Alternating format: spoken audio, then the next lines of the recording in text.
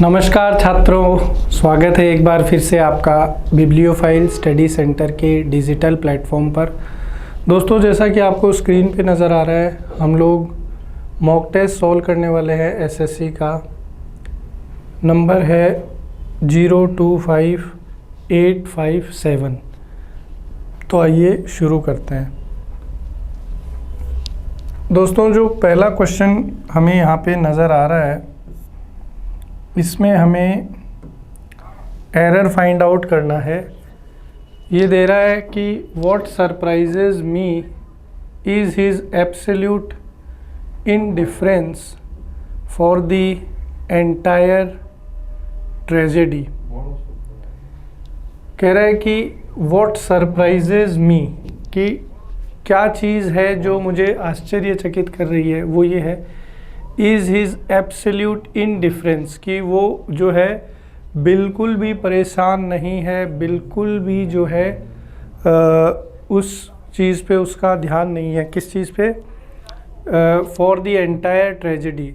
तो what surprises me is his absolute indifference for the entire tragedy. देखो, entire का मतलब दोस्तों क्या होता है? कंप्लीट। और ट्रेजेडी का मतलब होता है, आप बोल सकते हैं, दुखद घटना। ट्रेजेडी का मतलब होता है दुखद घटना। तो what surprises me is his absolute indifference for the entire tragedy. यहाँ पर बेसिकली प्रेपोजिशन का एरर है। यहाँ पर ये आ जाएगा indifference towards the entire tragedy, कि उसका जो उदासीनता है या वो ध्यान नहीं दे रहा पूरी दुर्घटना की तरफ, ये चीज़ मुझे आश्चर्यचकित कर रही है। तो सेंटेंस के पार्ट सी में यहाँ पर एरर हो जाएगा। नेक्स्ट देखिए दोस्तों, अगेन इसमें हमें एरर फाइंड आउट करना है। कह रहा है the security guard kept awake lest no stranger should not enter the house unnoticed. कह रहा है कि सिक्योरिटी गार्ड जो है वो जगा रहता था ताकि कोई भी अजनबी घर में बिना किसी जांच के प्रवेश ना कर जाए। दोस्तों, हम लोग जब कंजंक्शन पढ़ते हैं तो को रिलेटिव कंजंक्शन में हम लोग एक टॉपिक पढ़ते हैं कि लेस्ट का पेयर शुड के साथ है। जब भी किसी वाक्य में लेस्ट नज़र आ जाए तो आगे उसी वाक्य में हमें शुड भी नज़र आना चाहिए। दूसरा एक चीज़ हम लोग ये भी पढ़ते हैं कि लेस्ट जो है वो एक नेगेटिव शब्द है। लेस्ट जो है वो एक नेगेटिव शब्द है, नकारात्मक शब्द है। और अगर किसी वाक्य में लेस्ट आ जाता है तो फिर उस वाक्य में आगे नॉट की आवश्यकता नहीं है, क्योंकि लेस्ट खुद नकारात्मक अर्थ प्रकट करता है। अब यहाँ पर देखिए पार्ट सी में शुड और यहाँ नॉट लग गया, तो इसकी आवश्यकता नहीं है, क्योंकि लेस्ट से ही हमारा नेगेटिव मीनिंग कन्वे हो गया है। तो सेंटेंस के कौन से पार्ट में एरर है? पार्ट सी में यहाँ पर एरर है। आगे देखिए, कह रहा है find the word which best expresses the meaning of the given word. दिए गए शब्द में हमें पर्यायवाची बताना है। पर्यायवाची का मतलब होता है समान अर्थ वाला। दोस्तों, वर्ड है विली। विली का मतलब होता है धूर्त, कपटी। तो इसके लिए अपन बोलते हैं दोस्तों कनिंग।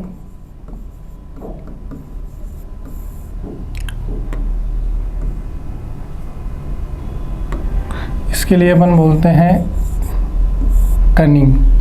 तो यहाँ पर आंसर हो जाएगा ऑप्शन सी। दोस्तों, वाइल्ड का मतलब होता है जंगली। दोस्तों, स्टूपिड का मतलब होता है मूर्ख। और एंग्री का मतलब होता है नाराज। ठीक है, चलिए दोस्तों आगे चलते हैं। अगला जो शब्द है उसका हमें अपोजिट बताना है। अपोजिट का मतलब होता है विलोम शब्द। दोस्तों, वर्ड है एबेस। एबेस का मतलब होता है नीचे उतरना, तो इसका अपोजिट हो जाएगा एलिवेट। एलिवेट का मतलब होता है ऊपर उठाना या ऊपर चढ़ना। दोस्तों बी लिटिल का मतलब होता है अपमानित करना, ये वर्ब है, इसका मतलब होता है अपमानित करना। दोस्तों सीज का मतलब होता है जब्त करना। माउंट का मतलब होता है दोस्तों चढ़ना। तो यहाँ पर ऑप्शन ए हमारा बिल्कुल करेक्ट आंसर है। नेक्स्ट देखिए दोस्तों, यहाँ कुछ स्पेलिंग दी हुई है, इसमें हमें गलत स्पेलिंग जो है वो बतानी है, इनकरेक्ट स्पेलिंग। दोस्तों यहाँ पर ऑप्शन सी में देखिए दिया हुआ है चैलेंज। चैलेंज का मतलब होता है चुनौती, तो ये स्पेलिंग बिल्कुल सही है। लैंग्वेज, ये स्पेलिंग भी बिल्कुल सही है। लैंग्वेज का मतलब होता है भाषा। बैगेज, ये स्पेलिंग भी बिल्कुल सही है। बैगेज का मतलब होता है सामान। फिर यहाँ पर है वेटेज, ये स्पेलिंग गलत है और यही हमारा आंसर है, क्योंकि हमसे गलत स्पेलिंग पूछी थी। ठीक है, ये यहाँ से बाकी के मैं राइट के निशान हटा देता हूँ ताकि आपको कन्फ्यूजन नहीं हो। ये करेक्ट आंसर है। वेटेज की स्पेलिंग होती है WEIGHTAG, वेटेज। वेटेज का मतलब होता है कि भाई किस चीज़ का कितना जो है दम है, वज़न है, इम्पोर्टेंस। नेक्स्ट, इसमें भी हमें गलत स्पेलिंग बतानी है दोस्तों। इरिटेट का मतलब होता है किसी को परेशान करना।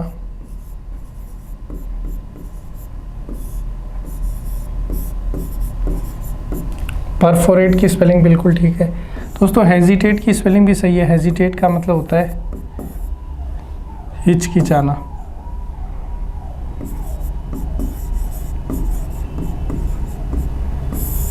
आंसर हो जाएगा पेनिट्रेट, इसमें सिंगल एन आता है। पेनिट्रेट का मतलब होता है दोस्तों किसी चीज़ में छेद करना।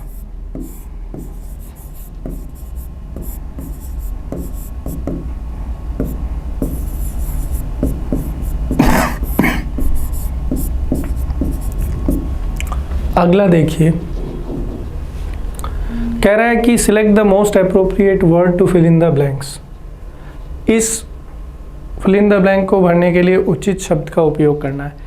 कह रहा है I never think of such a result. कह रहा है कि मैंने ऐसे परिणाम के बारे में कभी नहीं सोचा था। I never dream of such a result, ये कह रहा है कि मैंने कभी भी इस तरीके के सपने का रिजल्ट का सपना नहीं लिया था। I never dreamed of, dream का सेकेंड फॉर्म यहाँ पर यूज़ करने की कोशिश कर रहे हैं, परंतु उचित क्या होगा, ड्रीम्ड, क्योंकि कह रहा है कि मैंने इस तरीके के परिणाम के बारे में कभी नहीं सोचा था। तो बेसिकली हमें यहाँ पार्टिसिपल चाहिए जो आई प्रोनाउन को क्वालिफाई करे।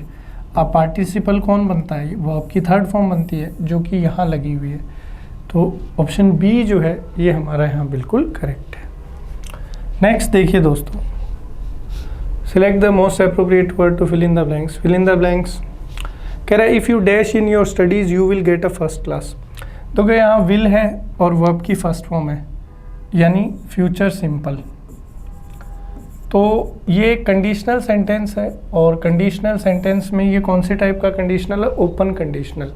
तो ओपन कंडीशनल का स्ट्रक्चर क्या होता है कि उसमें जो कंडीशनल क्लॉज होता है वो प्रेजेंट सिंपल में होता है और जो रिजल्टेंट क्लॉज होता है, परिणामवाचक वाक्यांश, वो फ्यूचर सिंपल में या मॉडल सिंपल में होता है। तो यहाँ आपको विल के साथ फर्स्ट फॉर्म दिख रही है, तो जो कंडीशनल क्लॉज है उसमें प्रेजेंट सिंपल आएगा। तो यहाँ पे आपको वो ऑप्शन चूज़ करना है जिसमें वर्ब की फर्स्ट फॉर्म हो या फर्स्ट फॉर्म के साथ एस या ई एस, क्योंकि यही प्रेजेंट सिंपल में इस्तेमाल होते हैं। यहाँ सब्जेक्ट यू अपने साथ प्लूरल वर्ब लेता है। कैसी वर्ब लेता है, प्लूरल वर्ब लेता है। तो इसलिए हमें जो है यहाँ पे कौन सी वर्ब लेनी पड़ेगी, प्लूरल वर्ब यहाँ पे अपने को लेनी पड़ेगी। ठीक है, अब सारी ही प्लूरल है। तो कह रहा है कि अगर आप अपने आप को पढ़ाई में क्या करेंगे, झोंक देंगे, तो आपको जो है फर्स्ट क्लास मिलेगी। तो if you indulge in your studies you will get a first class. ये कह रहा है कि अगर आप अपने आप को पढ़ाई में झोंक देंगे तो आपको फर्स्ट डिवीज़न ज़रूर मिलेगी। दोस्तों एडहेर का मतलब होता है किसी चीज़ से चिपकना, इंसिस्ट का मतलब होता है किसी चीज़ पे जोर देना, और दोस्तों प्रिजर्व का मतलब होता है किसी चीज़ को बचाना। प्रिजर्व का मतलब होता है किसी चीज़ को बचाना। तो यहाँ ऑप्शन ए जो है बिल्कुल करेक्ट आंसर है। आगे बढ़ते हैं दोस्तों 84। ये मुहावरा यहाँ पर दिया हुआ है, इसका आपको मीनिंग बताना है। कह रहा है the shopping mall is a bee hive of activity. मुहावरा जो है वो है बी हाइव। दोस्तों बी हाइव का मतलब होता है ए बिजी प्लेस, हिंदी में बोलते हैं व्यस्त स्थान। वो स्थान जो बहुत ज़्यादा बिजी है उसको हम लोग बी हाइव बोलते हैं। तो ऑप्शन ए जो है ये हमारा यहाँ पर करेक्ट आंसर है। आगे देखिए दोस्तों, कह रहा है कि he advised her to give a wide berth to malicious people. Malicious का मतलब होता है हानिकारक। तो ये कह रहा है कि हानिकारक लोग जो है उनसे वाइड बर्थ, तो गिव अ वाइड बर्थ, ये जो मुहावरा है दोस्तों इसका मतलब होता है to keep a safe distance, किसी से सुरक्षित या उचित दूरी बनाए रखना। तो यहाँ पर कौन सा हो जाएगा, ऑप्शन डी जो है ये बिल्कुल करेक्ट हो जाएगा। नेक्स्ट एक्टिव पैसिव का क्वेश्चन है। कह रहा है both his parents approved of his decision. तो ये एक्टिव वॉइस का सेंटेंस है, ये हिज पेरेंट्स हमारा सब्जेक्ट है, अप्रूव्ड वर्ब का सेकंड फॉर्म प्रेपोजिशन, और हिज डिसीजन हमारा ऑब्जेक्ट। दोस्तों सेकंड फॉर्म है मतलब पास्ट सिंपल है। पास्ट सिंपल का पैसिव वॉइस क्या बनता है, तो आप कहेंगे वॉज वर्ब के साथ थर्ड फॉर्म। तो ये हिज डिसीजन इज़द आ जाएगा। हिज डिसीजन सिंगुलर है, तो हिज डिसीजन के साथ सिंगुलर है तो क्या लगेगा, वॉज लगेगा। अप्रूव का थर्ड फॉर्म अप्रूव्ड बाई, और फिर उसके बाद में ये जो सब्जेक्टिव पार्ट है बोथ हिज पेरेंट्स, ये ऑब्जेक्ट के तौर पे यहाँ जुड़ जाएगा। ऑप्शन डी जो है ये हमारा बिल्कुल करेक्ट आंसर है। ठीक है, चलिए एक्टिव पैसिव का ही एक और क्वेश्चन आ गया है। कह रहा है कि these days most of the students do their assignments with the help of internet. तो डू देयर असाइनमेंट, तो डू वर्ब की फर्स्ट फॉर्म है, मतलब कौन सा टेंस है, प्रेजेंट सिंपल। प्रेजेंट सिंपल का अगर आपको पैसिव वॉइस बनाना है दोस्तों तो इज़-एम-आर के साथ थर्ड फॉर्म का प्रयोग करना पड़ेगा। अब आप देख लीजिए कहाँ पर इज़-एम-आर के साथ थर्ड फॉर्म है। तो देखिए यहाँ पर आर के साथ थर्ड फॉर्म है, यहाँ पे आर के साथ थर्ड फॉर्म है, यहाँ आर के बाद डूइंग है, तो ये आंसर नहीं हो सकता। यहाँ पर बीइंग है, बीइंग कंटिन्यूस टेंस आ जाए, प्रेजेंट कंटिन्यूस, पास्ट कंटिन्यूस, कोई भी कंटिन्यूस टेंस को पैसिव में चेंज करते हैं तब बीइंग का उपयोग करते हैं। तो डी और सी जो है ये पिक्चर से बाहर हो गए। हमारा आंसर या तो ए होगा या बी होगा।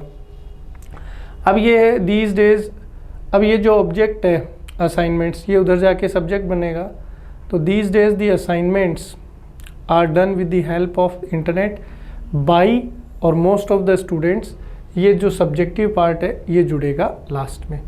ऊपर वाले में इसने देखो यहाँ पर क्या कहा, दीज डे, तो डे नहीं होगा डेज है, तो इसलिए हमारा जो एप्रोप्रिएट आंसर है वो है ऑप्शन बी। आगे चलते हैं दोस्तों क्वेश्चन नंबर 88 पर। कह रहा है select the word which means the same as the group of words given. यहाँ पे अपने को बेसिकली एक स्टेटमेंट दे रखा है, सेंटेंस दे रखा है, इसको एक शब्द में हम लोग क्या बोल सकते हैं। कह रहा है gathering at a religious place, किसी धार्मिक स्थान पर जब लोग इकट्ठा होते हैं तो उसको अपन क्या बोलते हैं। दोस्तों स्पेक्टेटर्स का मतलब होता है दर्शक, जो कोई मैच या कोई गेम देखने गए हैं। ऑडियंस का मतलब भी क्या होता है, दर्शक, जो बेसिकली कोई फिल्म या प्रोग्राम वगैरह देखने गए हुए हैं। दोस्तों मॉब का मतलब होता है एंग्री क्राउड। दोस्तों ऐसा क्राउड या ऐसा भीड़ जो किस में है, गुस्से में है, उसको हम लोग मॉब बोलते हैं। और कॉन्ग्रीगेशन जो है वो बेसिकली वो स्थान जहाँ पे धार्मिक सभा जिसको अपन बोलते हैं, तो डी हमारा यहाँ बिल्कुल ठीक है। अगला देखिए, अगेन एक सेंटेंस है, उसको एक शब्द में हम लोग क्या बोल सकते हैं? ए हैंडसम मैन, खूबसूरत पुरुष को हम लोग क्या बोलेंगे? टाइकून बोलेंगे, कैवेलियर बोलेंगे, डीबेस बोलेंगे या एडोनिस। तो दोस्तों एक ऐसा पुरुष जो बहुत ज़्यादा खूबसूरत है तो उसको हम लोग एडोनिस बोलते हैं। नेक्स्ट, यहाँ पर अब एक शब्द हमें दिया गया है, उसका पर्यायवाची बताना है दोस्तों। शब्द है प्रेफर्ड। प्रेफर्ड का मतलब होता है जिसको हम लोग क्या दें? प्राथमिकता दें, प्राथमिकता से संबंधित है। कंपेयर्ड मतलब दोस्तों जिसकी अपन ने किसी से तुलना करी हो। फियर्ड मतलब जिससे हमें डर लगे, भयभीत। अडोर का मतलब होता है दोस्तों किसी की प्रशंसा करना। तो हमारा आंसर हो जाएगा फेवर। दोस्तों फेवर का मतलब ही होता है किसी चीज़ का पक्ष लेना या उसको प्राथमिकता देना। तो डी करेक्ट है। दोस्तों एक शब्द आ गया लैक एडाइसिकल। तो लैक एडाइसिकल जो शब्द है इसका हमें क्या बताना है? विलोम शब्द बताना है। दोस्तों लैक का मतलब होता है कमी और एडाइसिकल का मतलब होता है एनर्जी, जिसमें ऊर्जा की कमी हो। Lack of energy, lack of energy, इसमें ऊर्जा की कमी हो। लेजी, और क्या बोल सकते हैं? लेथार्जिक। तो इसका अपोजिट क्या हो जाएगा? एंथुजियास्टिक। एंथुजियास्टिक का मतलब होता है ऊर्जावान। इनडिफरेंट का मतलब होता है दोस्तों जो किसी चीज़ से प्रभावित नहीं हो, उदासीन। जोक्यूलर का मतलब होता है जो मजाक मस्ती करे, जोक वगैरह क्रैक करे। ठीक है। ल्यूक वार्म का मतलब होता है दोस्तों गुनगुना। पानी के लिए अक्सर यूज़ किया जाता है लूक वार्म वाटर, गुनगुना पानी। तो सी ठीक है। आगे चलते हैं। सेंटेंस इंप्रूवमेंट का क्वेश्चन आ गया दोस्तों। इसमें क्या करते हैं? इसको अंडरलाइन पार्ट को चेक करेंगे, क्या ये ग्रामर के हिसाब से सही है। अगर सही नहीं है तो नो इम्प्रूवमेंट आंसर हो जाएगा। ठीक है। और अगर आपको लगता है इनमें से कोई ठीक हो सकता है तो उसको अपन आंसर के तौर पे जोड़ देंगे। कह रहा है why did the teacher ask all 4 of you to stay back in class in the break. कह रहा है कि टीचर ने आप चारों से क्यों कहा कि आप जो है क्लास में ही रुकें ब्रेक के बाद। तो वाई डिड क्वेश्चन पूछ रहे हैं, टीचर आस्क पूछा, ऑल ऑफ यू। तो डिड के साथ दोस्तों वर्ब की फर्स्ट फॉर्म आती है, फर्स्ट फॉर्म यहाँ लगी हुई है। यहाँ देखिए आस्क किया हुआ है, आस्क यू ऑल फोर नहीं आएगा, आस्क ऑल 4 ऑफ यू यही बनेगा, आस्किंग भी नहीं आएगा। तो यहाँ हमें कुछ बदलाव करने की ज़रूरत नहीं है दोस्तों, जो दिया गया है बिल्कुल ठीक है। तो ऑप्शन ए अपना आंसर हो जाएगा। नेक्स्ट देखिए दोस्तों, कह रहा है after switching off the light he went off to sleep. कह रहा है कि लाइट बंद करने के बाद, स्विच ऑन मतलब चालू करना, स्विच ऑफ मतलब बंद करना, लाइट बंद करने के बाद वो सोने के लिए चला गया। तो बिल्कुल ठीक है, इसमें भी कोई दिक्कत नहीं है। नेक्स्ट पैराजंबल का क्वेश्चन आ गया दोस्तों। पैराजंबल में अपन क्या करते हैं? प्रॉपर नाउन को ढूंढने का प्रयास करते हैं, वहीं से हमारी कहानी की शुरुआत होती है। तो देखिए यहाँ पर प्रॉपर नाउन नहीं है, ये एडवर्ब लगा हुआ है, ये कॉमन नाउन है, ये वर्ब है। ग्लोबल वार्मिंग ये है कॉमन नाउन। यहाँ से शुरू होगा कि ग्लोबल वार्मिंग जो है एक काफ़ी बड़ा खतरा है जीवन के लिए पृथ्वी पर। अगर आज देखा जाए तो द टर्म, ये कौन सी टर्म की बात हो रही है? ग्लोबल वार्मिंग की। कि ग्लोबल वार्मिंग जो है इसका मतलब होता है कि पृथ्वी का जो तापमान लगातार बढ़ता जा रहा है, उसी को ग्लोबल वार्मिंग अपन बोलते हैं। फिर सी आ जाएगा कि कार्बन डाइऑक्साइड जो है वो ग्लोबल वार्मिंग का सबसे बड़ा कारण है। और अंत में ए आ जाएगा कि इसके अलावा भी बहुत सारे कारण हैं जिसकी वजह से जो है लगातार ग्लोबल वार्मिंग हो रही है। तो 94 में जो है ऑप्शन ए हमारा बिल्कुल करेक्ट आंसर होगा। अगला क्वेश्चन देखिए दोस्तों 95, एक और पैराजंबल का क्वेश्चन आ गया। आप जानते हैं कि इसमें कहानी की शुरुआत मेनली प्रॉपर नाउन से होती है, तो उसी को आइडेंटिफाई करेंगे। तो ये कहानी की शुरुआत यहाँ होगी कि these days people are more aware of their health. इन दिनों लोग जो है अपने स्वास्थ्य को लेकर काफ़ी ज़्यादा जागरूक है, सतर्क है। और फिर ये दिस अवेयरनेस, ये जो अवेयरनेस है इसी की बात हो रही है कि इसके कारण हर व्यक्ति जो है वो एक्सरसाइज वगैरह करने के लिए आजकल जाता है, क्योंकि सब लोग स्वास्थ्य को लेकर सतर्क हैं। और इसके साथ साथ फिजिकल एक्सरसाइज के साथ साथ वे हेल्थ के सुधार करने के लिए कुछ खाते भी पीते भी है, डाइट का भी ध्यान रखते हैं। और उसके पश्चात जो है यहाँ पर डी आ जाएगा कि सभी को ये सलाह दी जाती है कि हेल्थ या डाइट कुछ लेने से पहले डॉक्टर से ज़रूर पूछना चाहिए। तो ऑप्शन बी जो है ये हमारा यहाँ पर करेक्ट आंसर है। नेक्स्ट देखिए दोस्तों, ये एक क्लोज टेस्ट आ गया है, तो इसको सॉल्व करते हैं, पढ़ते हैं। कह रहा है it is essential to form a link between formal education and skill.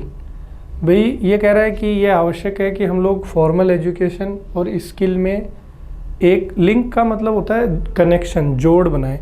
तो स्किल डेवलपमेंट होता है, स्किल प्रोग्रेस होता है, स्किल मैच्योरिटी होता है या स्किल राइपनिंग।